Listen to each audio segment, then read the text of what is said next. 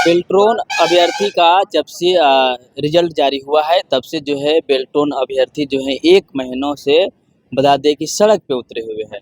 उनका कहना है कि नॉर्मलाइजेशन हटा दीजिए और एक पैनल बना दीजिए।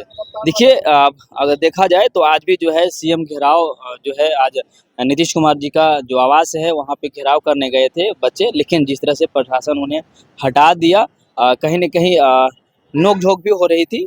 लेकिन अगर कहा जाए तो मेरे साथ इसी मुद्दे पे बातचीत करने के लिए लगातार जो है छात्रों के हित में ही बात करते हैं दिलीप कुमार हैं। हम बात करेंगे इनसे जिस तरह से बेल्ट्रॉन एक ऐसा विभाग जो बिहार सरकार एक भिन्न अंग है, उसके बावजूद जो है बच्चे बड़ी जोर-तोर से मेहनत करते हैं दिलीप जी। मेहनत करने के बाद जब रिजल्ट आती है वो क्वालीफाई भी कर जाते हैं, उनके बावजूद भी जो है नौकरी की आशा बढ़ती है, लेकिन फिर जो है पीछे मुड़ जाते हैं। तो ये क्या देखिए, कहेंगे? बेल्ट्रॉन में जब से परीक्षा बेल्ट्रॉन ने लिया है, कोई भी परीक्षा, अभी तक एक भी परीक्षा सही से नहीं हुआ। सब में धांधली सेटिंग का आरोप लगते रहा है। और इस अभी जो हाल फिलहाल 1 महीना पहले के करीब रिजल्ट आया है बेल्ट्रॉन का, तो उसमें नॉर्मलाइजेशन लागू किया गया, जबकि विज्ञापन में नॉर्मलाइजेशन का कहीं कोई जिक्र नहीं था। और नॉर्मलाइजेशन लागू किया गया, बाद में कोई नोटिस दे दिया इन्होंने और नॉर्मलाइजेशन लागू कर दिया, जबकि विज्ञापन में नहीं था। और नॉर्मलाइजेशन लागू कर दिया और उसमें भी किसी का 10 नंबर 12 नंबर कम हो गया टाइपिंग में, जो कि नहीं होना चाहिए। टाइपिंग में आपने नॉर्मलाइजेशन लागू किया है किस आधार पे भाई? और इसके चलते हजारों अभ्यर्थी मेरिट से बाहर हो गए। तो अभ्यर्थियों की ये मांग है कि पूरी पारदर्शिता लाइए और पैनल में सबको शामिल कीजिए, जिनका भी मार्क्स आ रहा है पैनल में शामिल कीजिए, और ये नॉर्मलाइजेशन आप मत लागू कीजिए, नॉर्मलाइजेशन हटाइए। और उसके बाद देखिए किसको कितना मार्क्स है, उसके आधार पर पैनल बनाइए, रिजल्ट को संशोधित कीजिए। लेकिन इन्होंने क्या किया, धांधली सेटिंग करने के लिए नॉर्मलाइजेशन लागू कर दिया। ये धांधली सेटिंग का तो नया तरीका ही है नॉर्मलाइजेशन। और बीपीएससी में हम लोगों ने इसलिए तो विरोध किया था नॉर्मलाइजेशन का, और हटाना भी पड़ा, परीक्षा से पहले ही हम लोगों ने विरोध किया। और यहाँ भी देखिए चुपके से नॉर्मलाइजेशन लागू किया था, चुपके से नोटिस दे दिया बीच में, कभी अभ्यर्थियों ने ध्यान भी नहीं दिया, आपको विज्ञापन मौका भी नहीं मिला। आप नॉर्मलाइजेशन लागू करेंगे, क्या करेंगे, आपको विज्ञापन में देना चाहिए ना। और सुप्रीम कोर्ट का क्या है आदेश कि विज्ञापन के बाद आप बीच में छेड़छाड़ नहीं कर सकते हैं। और देखिए इन्होंने बीच में कर दिया कि नॉर्मलाइजेशन लागू कर दिया। तो ये तो सरासर सुप्रीम कोर्ट के आदेश का उल्लंघन है, तो ये तो गलत किया है ना।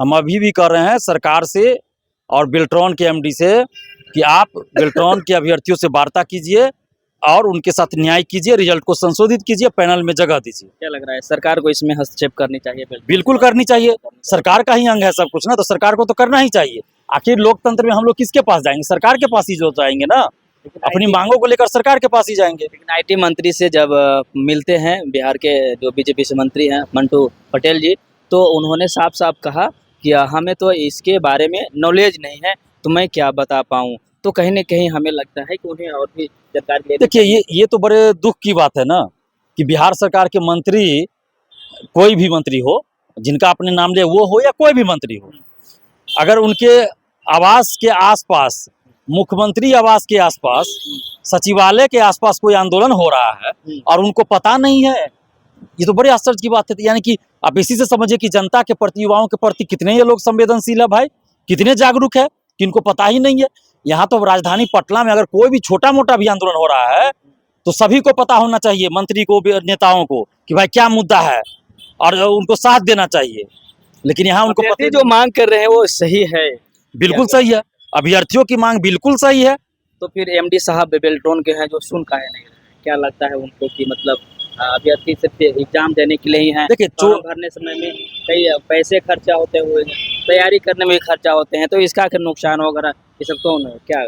देखिए उनको तो जो करना था, उन लोग बच्चे ये भी कह रहे हैं कि अगर हमें नॉट क्वालिफाई कर देते, हमें पास नहीं करवाते, हम आपका विरोध नहीं करते। तो वही बात, क्वालिफाई करने के बाद भी आपने पैनल में नहीं शामिल किया, जब आप क्वालिफाई लिखा हुआ है तो पैनल में शामिल कीजिए ना। बाद में जो सीट पे वैकेंसी जहां आएगी वहां उनको लिया जाएगा, आप पैनल में तो शामिल कर लीजिए ना। यही तो अभ्यर्थी कह रहे हैं कि जितना सीट पे किसी डिपार्टमेंट से आएगा आप भेजिएगा, बाद में नहीं भेजिएगा बाद में, वो अलग चीज है, लेकिन पैनल में आप शामिल कीजिए ना। अभी क्वालिफाई जब आपने लिख दिया तो यानी कि नौकरी का हकदार है, जब अगर कहीं सीट खाली होगा तो उनको बुलाया जा सकता है, तो आप पैनल में शामिल कीजिए उनको।